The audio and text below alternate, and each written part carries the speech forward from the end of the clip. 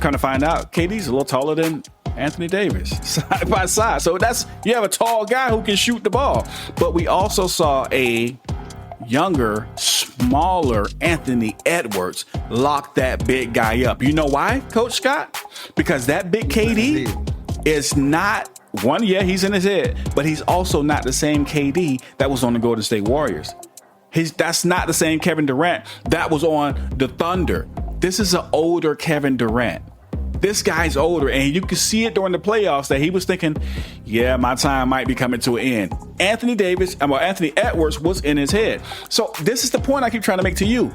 You're not taking KD from the Thunder. You're not taking LeBron from Cleveland or Miami. You're not taking the 2016 Steph Curry. You're taking some of the oldest players in the NBA and you're comparing them against the 1992 Dream Team. Now, if these guys were the 2016 Steph Curry, if this was the Cleveland LeBron or the Miami LeBron, if this was the Thunder, the KD from the Thunder, I can understand your argument a lot better. I still would say the 92 Dream Team, but it would make more sense to me to see what you're talking about at that point. But you're talking about the old players. Welcome back to another episode of GOAT Debate Media. I'm your host, Abaya Israel, and I'm here with the two coaches, Coach J.O. and Coach Scott. Got a great show lined up for you today, but before we get started, make sure you hit the like and subscribe button if you haven't done so already.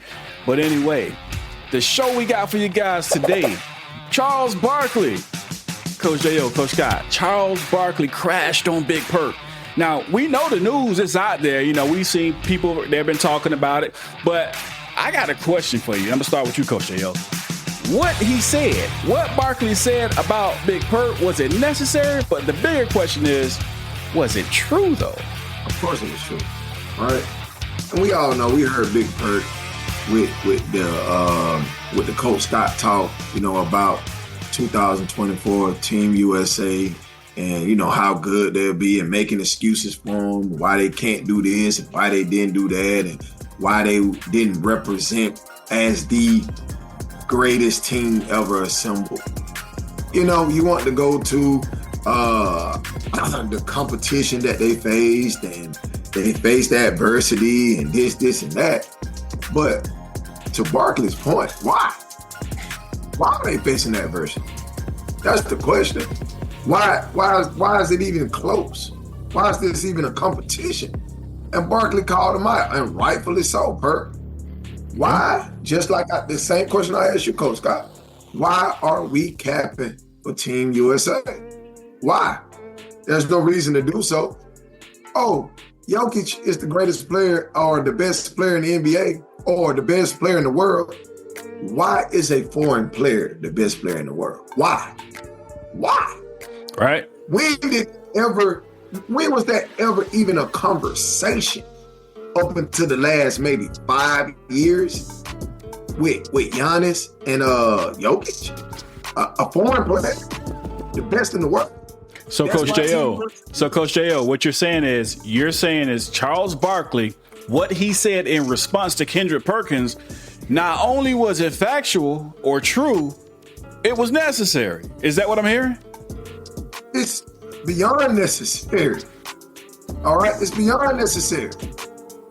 Okay? The thing is, why is Jokic the best player in the world? Why are we having that question? And to Barkley's point as well, Bogdanovich, he wouldn't even have made Team USA roster. He wouldn't have made the team. That's true. The best player on Team USA, which was Tyrese Halliburton, would have been by far the second best player on Serbia. And that's arguable. That's arguably the worst player, right? Coach Scott, listen, now I got it from Coach J.O. Charles Barkley, he didn't hold any punches, right? And to my understanding, it's not the first time they've gone back and forth. I mean, this happens. It's almost like a sibling spat on different networks. It happens, right? Coach Scott, Charles Barkley, statements true, not true, but even bigger question for you. Is what he said to and about Kendrick Perkins true, and was it necessary? Charles Barkley was dead ass wrong. Period. What does this man's scoring 5 points a game have to do with his assessment as a professional. He He doesn't respect him as a professional is why he attacked him in that type of way. Now, whether it's because Big Perk has a more up-to-date and bigger following and Charles takes offense to that, or is it Charles is just one of these old grumpy ass people that just want to talk to the younger generation any kind of way? Is it that? Because what he said was unwarranted. You can have a difference of opinion, but at the same time, Perk played in the NBA on a relevant team. It's very difficult to look at the team Big Perk played on in Boston to look at him as a 1 or 2 or 3 or 4 option on that team. So let's be clear. This is why the man scored what he scored per game, but Charles shouldn't have came at him like that. Charles was wrong, for sure.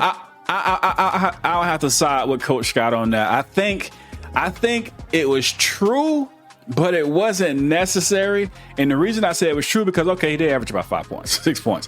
But in the role that he played, Big Perk he wasn't just somebody on a team. He was a relevant player. Big Perk played a role on his team. But the reason Charles Barkley said what he said, Coach J.O., I have to say, he said it for a reason. Now, yes, to Coach Scott's point, I think Charles Barkley just took a shot and, shot back. The key thing is he shot back because it was Big Perk, Coach J.O., who said what Charles Barkley was saying, which I actually agree with what Charles Barkley was saying. But it was Big Perk who said it was asinine. And after, you know what guys do. I have much respect. I have much respect for Charles Barkley. He's one of the greatest players. That build up before I crash you really quickly, that build up. We see Stephen A. Smith do it a lot. Well, I like to say, and he'll build a person up real quick. But however, when you hear the however, there's the reverse finna come. And that's what Big Perk did. And I think that's what Charles Barkley was more so responding to. And that's why the shot came out, Coach J.O. Do you agree? Disagree? No, I agree with that. Now, whether that was in bounds or out of bounds, that's not even important right now. You know why? I've heard Kendrick Perkins do it. I've heard him do it. He calls out rights. Say it again. Can we dialogue for a second? Because I want to really understand. Wait. Hold on. Let him finish his point because I'm interested to hear what he was saying just then. Okay, he does it. Whether it's to the reporters or the TV analysts who haven't played basketball before, he's quick to throw out, I'm the NBA player, and you're not. He's done that on plenty of occasions. And you're speaking about Kendrick Perkins. I'm talking about Kendrick Perkins. He's thrown that NBA player card out before. So Barkley is throwing out, hey, I'm an all-time great player card. I'm a superstar card. You know nothing about this. I'm an gold medalist, Kendrick Perkins. You know nothing about this, okay? So this is very much so inbounds because I've heard Kendrick do it on plenty occasions, okay? He if he was on TNT, he'll be one of the ones chumping that chump, talking about I got a ring. The same way Kenny do. That's true. To me, Kenny doesn't even have the right to say that to Chuck, but he does.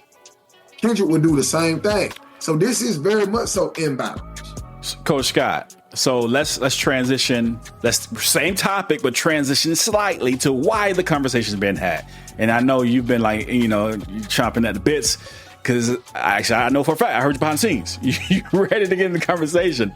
Why the conversation is being had between Charles Barkley and Kendrick Perkins as far as the back and forth. It's because they're standing on different ends of the spectrum when they're looking at the U.S. team. Charles Barkley is saying, hey, stop with the 92 Dream Team comparisons. It is just not happening. Perkins said, hey, this team's balling. And just because they got battle tested, that doesn't mean that they're not a good team or as good as the 92 Dream Team. Now, I tend to disagree with Big Perk, but I want to hear your side and what your thoughts are, and I'll come back to you, Coach Hill. Absolutely, I believe what Big Perk was saying. I think he has all the information. He has the professionalism to understand it. The game has evolved. These are not novice anymore. These other countries are not novice about basketball. They have players in the NBA. They got guys that have been saturated into our system, and they're 1,000 times better than what they were in the past. And most of them play in the Euro League. So, yeah, if they give a older team a run, that doesn't. It's about the wins.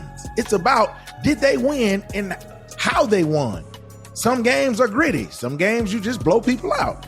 But it's winning. It's about the wins. Did they bring home the gold? Yes, they accomplished the mission. They didn't accomplish the mission you had, but they accomplished the mission. What was so Coach Scott, let me ask you this because I want you to clear it up because I know there's going to be questions in the comment section. So for the viewers, I want you to make this clear. You're saying that, okay, they're an older team. To me, that's an admission based off the narrative we've been hearing that the 92 team was the older team and they were out of their prime. And now when we and everybody stop and we look at it, we're like, wait, the oldest player was Larry Bird at the age of 35. Second oldest, Magic Johnson at 32, and everybody else was 29 and down. They were in their primes, right? So we know that it's not true. Now you just said, they're an older team, and they were tested, and there were some close games. They didn't all look beautiful, paraphrasing what you said.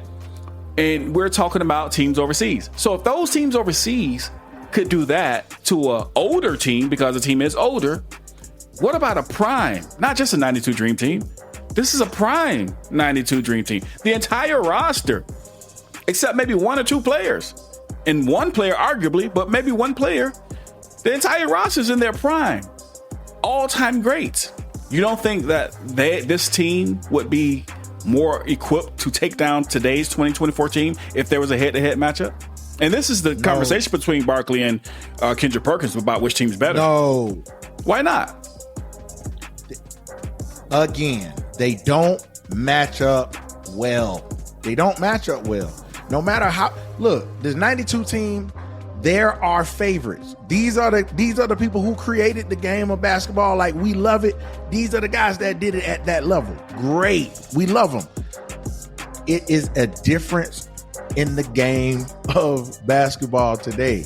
These guys are a little bit more, not as skilled, but these guys are a lot more talented, man. And we got to just come to a reality to say, hey, let's be honest. If you put LeBron James at the point and Magic at the point, it's not the same. It's not the same. It's not. So if we really want to make the conversation what it should be, Coach, it should be why are we talking about the team? Because we know individual for individual, they're just better than everybody else. But what was Steve Kerr thinking about in his coaching strategy? What was Steve Kerr thinking about in his rotation strategy? Now that's a conversation. Obviously, as it pertains not a lot. to the team, no, it's not. Coach J.O., so because we had this conversation when we had a live a few days back about the matchup, and it'd be bad matchups. I'm really so. Here's what I would ask you, Coach J.O., because Coach Scott made a point of putting LeBron James at the point and Magic at the point. Okay, cool. He said they're a more skilled team. Athletically, I would say, okay, yes. Athletically, okay, I'll give that to you. But I can't say if you put him at the point and Magic at the point that that's gonna somehow help them, because with Magic at the point, the ball moves around a lot better, right? With LeBron at the point, the ball also moves around pretty good. Here's the part. Hear me out. The ball moves around because LeBron is a facilitator. I'm not going to take that from him, and he's a great facilitator. But he's also great at stopping the flow of basketball. Now, if you're a true basketball fan, I don't care if you're a LeBron fan, you have to know if you watch the game, he also stops the flow. Sometimes he can hold the ball way too long, and you can turn somebody like Steph Curry into a spot-up shooter, which takes him out of his game, takes that rhythm away. We didn't see that with the 92 Dream Team. So, but Coach J, with these matchups, we talked about this on the live, all right? Now, the thing is, who could hold Curry, Coach J.O.? Well, not Stockton. I'm not going to say Stockton's going to lock up Curry. I don't believe that. Well, that's right? Coach J.O. said he would. No, he didn't. I don't believe Stockton will lock up Curry. But at the same time, we forget Curry is a defensive liability as well. And he's not going to stop John Stockton. One of the great defensive players, Gary Payton, what did he say? My hardest matchup was not even Michael Jordan. It was John Stockton, because he does a lot of running and moving just like Curry. So, Coach J.O., who's going to hold Stockton? Because Coach Scott is talking about matchups. Who's going to hold a prime Diesel? We got to keep bringing this out. Diesel, accustomed to playing in a physical league, Karl Malone. David Robinson. Have we forgot who this guy was? Have we forgot how chiseled this guy was? Not only chiseled, but he's skilled and he played. So the matchup problem is both ways, Coach J.O., or am I missing something? No, you're not missing anything. Coach Scott is the one that's missing something, right? He's the one that's missing, right? You remember on the live a couple of days ago when we was talking about who deserved the MVP? Coach Scott said it was LeBron James, not Steph Curry. Steph Curry only did that for 2 games, right? But he never asked why Steph only did that for 2 games. Why? But straight to your point, Abaya, it's because he is in a system LeBron James is in. He's in the LeBron James system. LeBron James has the ball in his hand. Let me ask you this, Coach. Just be real. Just be real. You're looking at Steph from the Golden State Warriors. You're not looking at Steph on USA Basketball, and you asking the question, can John Stockton guard Steph Curry? Steph Curry wasn't playing the way he plays on Golden State, the way he played in USA Basketball. That's a fact. Those are 2 totally things. Okay? Steph Curry wasn't the one dominating the ball and dictating the flow. He did in certain moments. He did. Okay? And can I ask you a question? I just want you to put a pin where you're talking at right now.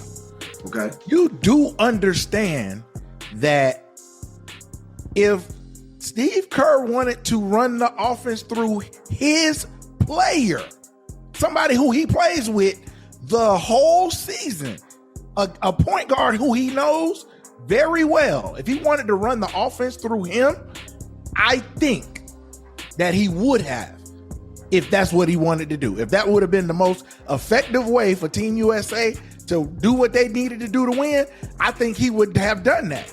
So for you to say that LeBron was controlling how the Olympic basketball team was run. But wait, Coach Scott, that's I think that's beside the point he was just making, though. I think the point Coach J.O. was making was, but wait, you correct me if I'm wrong, Coach J.O., because he was talking about, we were talking about matchups, because you brought up matchups, and now we're talking about the Steph Curry you're imagining is the Golden State Steph Curry, not the 2024 USA men's basketball team Steph Curry, because he wasn't doing the same thing he's doing in Golden State, because he was outside of his comfort zone. So therefore, it may not be that bad of a matchup for whoever's guarding him, because he's not running around doing the same things, because he's turned into a spot-up shooter. Am I incorrect? Is that wrong? No, you're right on. You're right on that. And to Coach Scott's point, I want to go back on that. You said if Curry wanted to run that offense through Curry, he would have done that. It's not that simple. The Golden State Warriors offense, I'm going to tell you why. The Golden State Warriors offense, the read and react offense, isn't necessarily for Steph Curry. That's for the others, okay? That's why you see those role players can get in and plug in and play that way. Superstars don't play that way. Superstars don't want to play that way. Even Kevin Durant said it back in 2018 when him and first started beefing. He said, yeah, he's on record. He said, yeah, this ball movement is HIT, is cool in the regular season. But when it comes to the playoffs, I need my touches. He wanted that isolation ball because that's what wins in the playoffs, especially in late rounds playoffs. You have to give the ball to the best player and let him work. Okay, the offense that Golden State runs, that's for the role players. It's not for Steph. So that wouldn't necessarily matter with Team USA. And to my point that I was making, Steph isn't the same player, all right, that he is with Golden State. He's just not. He's a different player. So okay. Coach Scott, to your points you're making, the matchups, I want you to, in your answer, I want you to address this as well. Because there are matchup problems for 2024 as well. I want you to address what I'm about to ask you, what I'm about to present to you. Michael Jordan, let's keep that matchup in there. All right. Let's also keep the what we got, Patrick Ewing. And please remember, now I'm not sure how much we remember, but Patrick can shoot. He wasn't just a down low, I'm going to lay it up and bang it off the glass all day. Patrick can step out, right? So you have a matchup problem there.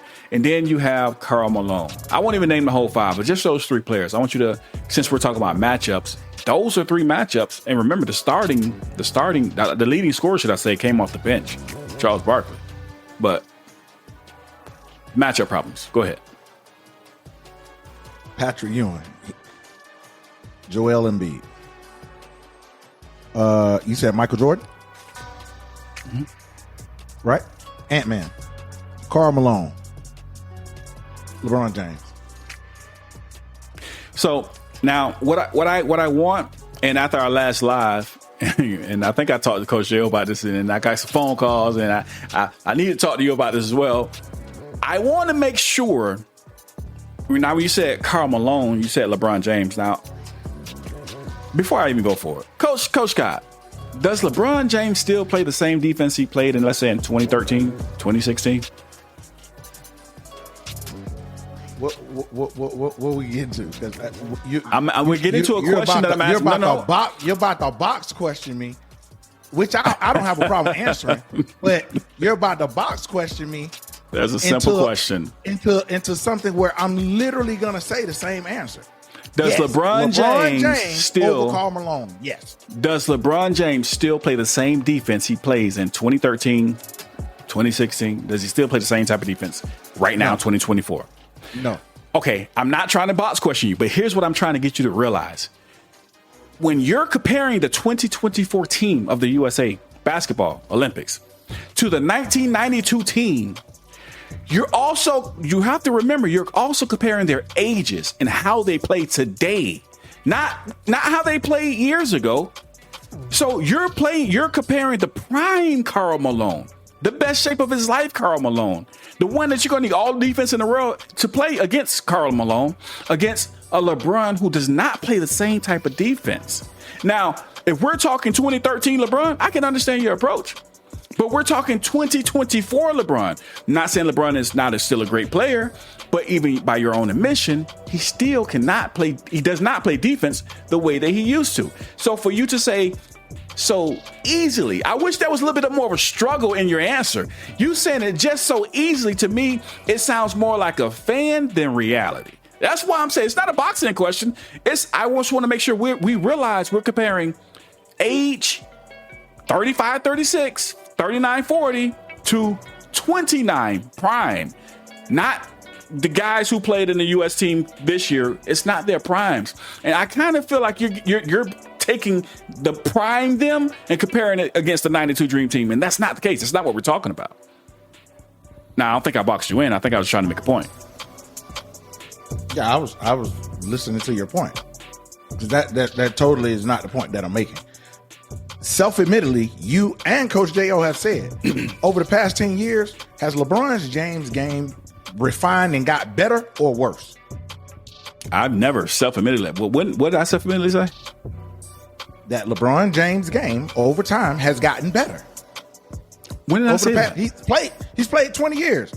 Which has been better? His first 10 or his last 10? Which has been better? Okay, for first, Coach J.O., I don't even remember that conversation of me saying that. But I'll answer it right now, though. I'll answer right now. Now, let me answer. I'm gonna answer it. But here's the thing: you got to keep in mind. I will say maybe some aspects. For example, his 3-point shooting was better last season than it's ever been. But here's the other part of it. But here's the other part of it. His defense has gotten worse. Okay. That's why I say certain aspects. Okay, great. So when we're talking about matchup, my specific question to you was, who's going to stick Karl Malone? You picked the player whose defense has gotten worse.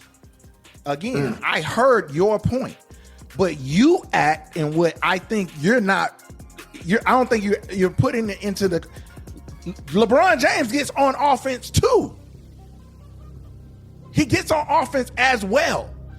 So you're just totally negating the fact that LeBron's gonna play any defense. That's exactly what you're saying. You're speaking as if Karl Malone was like a 90% shooter. That's how you're communicating. But LeBron is a bigger threat to Karl Malone than he would have been in a younger phase. he can shoot the three ball, and he can still first step and get by you. So in Karl being as great as he is, now he has to face a more refined LeBron James. So like, let's make it be even. Karl Malone didn't shoot threes. LeBron James can shoot threes. So are you going to trade threes for twos all day? Is that what you're saying we gonna do? Yeah, actually, yeah. If I had to, okay, but Coach J.O. Okay, great. Coach J, I want you to and I'm gonna pass you the mic. I did consider and take into consideration about LeBron's offense, because my exact question was this: we're talking about matchups, but it goes both ways. So, and I actually acknowledged. Hold on. Gonna come off the rim. I actually acknowledged that there's a match. Do you have matchup problems there? And I was asking about the other side as well, because only matchup problems we've, according to you, have addressed was the other side. So I'm just giving you the other spectrum. So I never denied the other side. I actually addressed that. But Coach J.O., I'm gonna let you get in real quick so we can keep it going. Listen, right? and I want to get this on the record again, because I think a lot of people is missing the point that Coach Scott is saying. They flat out missing, and I'm not. So for the viewers out there, I'm gonna ask this very, very, very clearly.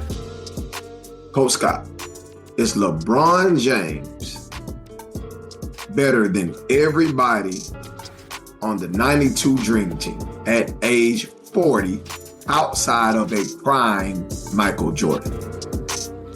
Bro, listen to me. Listen to me. Don't frame questions for me to talk about is an individual. Hold up.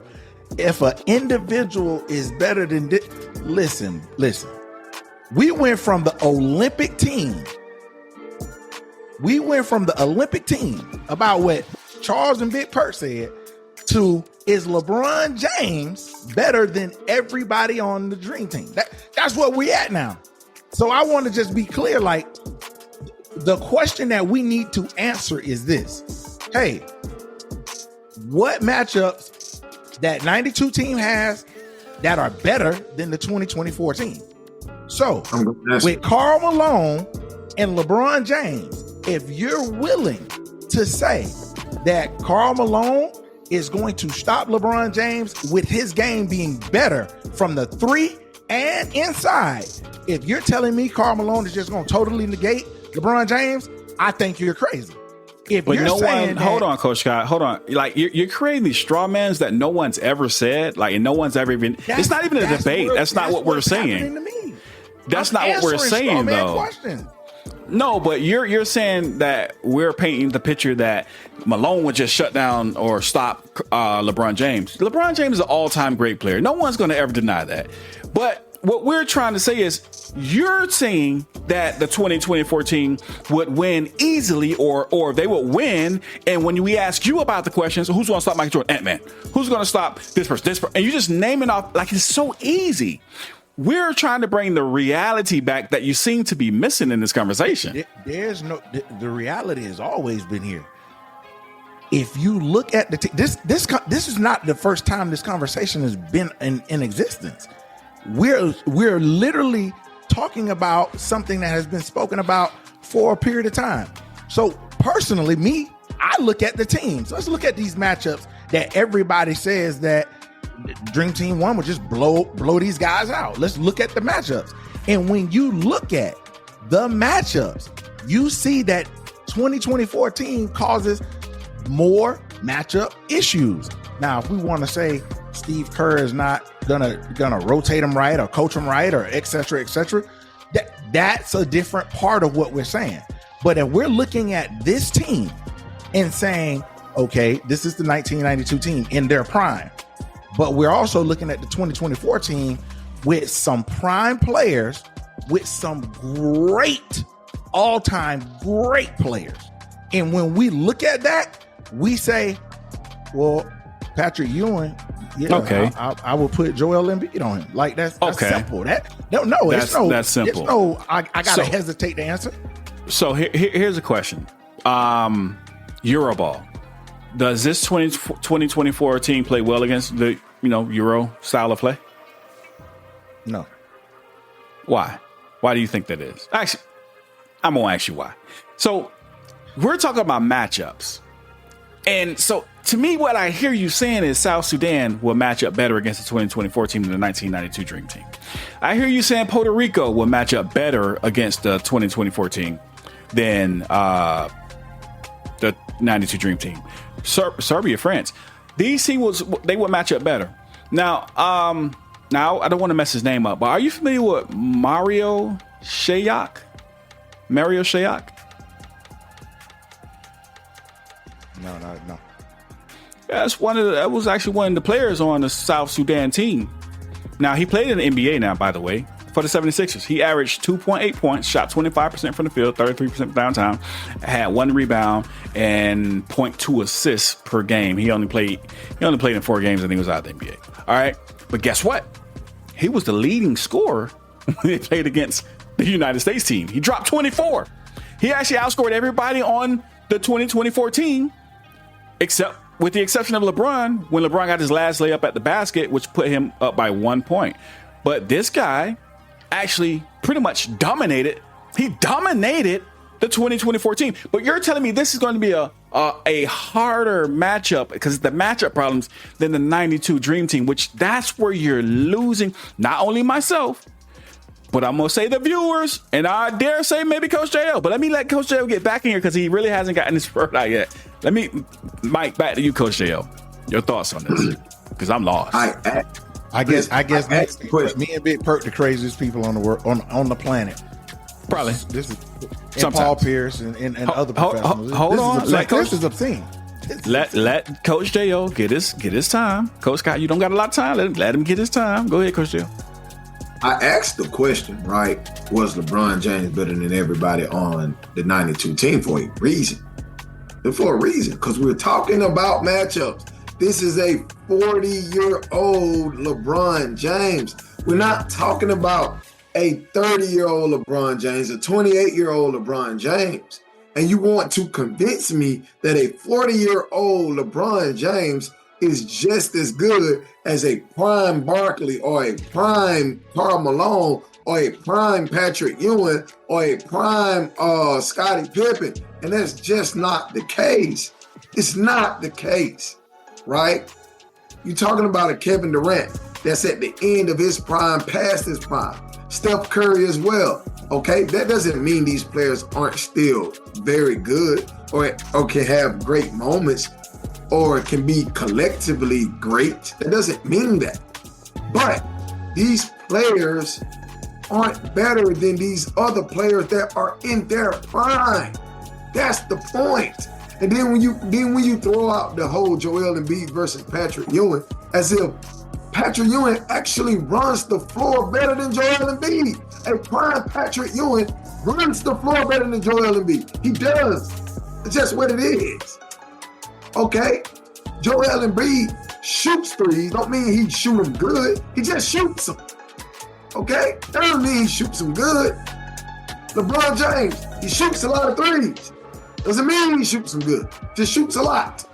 Okay?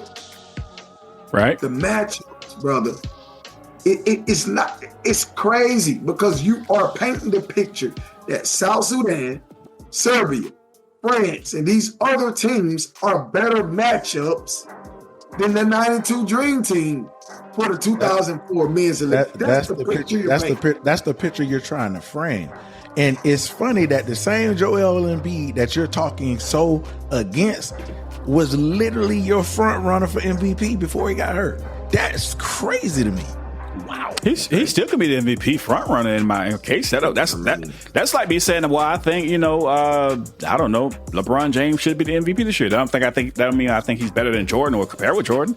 I just think he should be the MVP this year. Let's end this with this. Here's the question for both of you. All right. Fundamentals beats athleticism any day of the week. All right. And I always give this example. The 2013, 2014 Miami Heat era, they were way more athletic than the 2014 Spurs. But Spurs played Euroball. if you watch them play ball, they were fundamentally sound. Proper pass, bounce pass, they make the extra pass, they take wide open shots, elbow in, tuck, shoot. Everything was proper about that Spurs team. Okay. Right. Now, but when they played the other teams who were more athletic, they were winning. So I bring that up because I want to ask both of you guys this question. You look at this team, and Coach Scott said it earlier, they may be more, I think the word he used was skilled, right? Or athletic. Let's just give him that, right? Okay. Talent. Okay. Let's give him that. But fundamentally sound, I will, you correct me if I'm wrong, but I don't think Coach Scott believes that one, that they're more fundamentally sound than the 92 team. And I think fundamentals, even if you say there's matchup problems, that fundamentals are going to beat athleticism any day of the week. Because, come on, Manu Ginobili, you mean to tell me the Miami Heat had nobody who could match up well with that guy? We serious, right? But fundamentals destroy athleticism. I'm going to start with you, Coach Scott. You have the more fundamental team in the 1992 Dream Team who had athleticism and fundamentals. The 2024 team, I would give it to you if you say they're more athletic or talented, whatever, but they don't have as much fundamentals because today's NBA is what? Launch it from half court, dunk, dunk, dunk, shoot it backwards or something. All right. Those two teams play head to head. Who are you taking? You're talking about the Olympic teams, right? No, I was talking about the Super Bowl squads. Yes. The 1992 Dream Team versus the 2024 Olympics. I'm still taking the 2024 team. That's why I just wanted to make sure we're still talking about the same thing. Yeah, I'm taking 2024. Okay. And it's based off your reasoning for the matchup problems. Matchup problems. Absolutely. Really quick before I pass it to Coach Jay, let me ask you this. Aren't you the one who always preached team ball, team ball, team ball, team ball? Yes, 100%. And now you're telling me individually that's the reason that team will be a team who actually plays team ball? Absolutely. Because in this particular case, what? There are a lot of issues that the 1992 team is going to have to deal with, and that specifically deals with the talent of the game. Talent gonna take over at a certain Give me part three. Of any game. Give me three. What issues? You name the three people. We're still there. So we're not talking about three issues. We're talking about three people. The matchups, depending on the rotations, and then like really the 2024 team is just a bigger team. It's a lot of I don't think you've ever looked at these two teams in comparison and said, oh, okay, yeah, this could be a real problem for a 1992 team. I understand you play double dribble, but there are some real issues that they would have to deal with. Listen, I didn't play double dribble. I played NBA Live 95. Let's get that right. All right. Listen, but for real, all jokes aside, yes, there's a height thing, and kind of find out KD's a little taller than Anthony Davis side by side. So you have a tall guy who can shoot the ball, but we also saw a younger, smaller Anthony Edwards lock that big guy up. You know why, Coach Scott? Because that big KD is not one. Yeah, he's in his head, but he's also not the same KD that was on the Golden State Warriors. That's not the same Kevin Durant that was on the Thunder. This is an older Kevin Durant. This guy's older, and you can see it during the playoffs that he was thinking, yeah, my time might be coming to an end. Anthony Edwards was in his head. So this is the point I keep trying to make to you. You're not taking KD from the Thunder. You're not taking LeBron from Cleveland or Miami. You're not taking the 2016 Steph Curry. You're taking some of the oldest players in the NBA and you're comparing them against the 1992 Dream Team. Now, if these guys were the 2016 Steph Curry, if this was the Cleveland LeBron or the Miami LeBron, if this was the Thunder, the KD from the Thunder, I can understand your argument a lot better. I still would say the 92 Dream Team, but it would make more sense to me to see what you're talking about at that point. But you're talking about the old players who can't move as fast. First off, I asked you to name three issues that they were going to have. Coach J.O., if there were 1 million people standing in your front yard, I say point to three. It'd be, how easy would that be? Oh, 1, 2, 3. There's a million people out here. Give me the issues. And you couldn't give me any, you kind of struggle with that. I can give you three issues that they would have right away. One, fundamentals. The 92 team has more fundamentals. 2, they're going to be faster. And 3, they're quicker, right? That's just 3 of the many. See how easy that was? Because I can look at a bunch of different problems that this team will have because they're older. That's all I'm saying. Younger team, I'm with you. I can say, okay, I can see what you're talking about. I can understand it more. But Coach Dale, I'm going to pass it to you. You got a 92 Dream Team or the 2024 Olympic team. Who do you take and why? The 92 Dream Team, right? And it's just as simple as we just watched them play. We just watched the 2024 team play. Yeah. We watched them play against Germany. We watched them play against Serbia.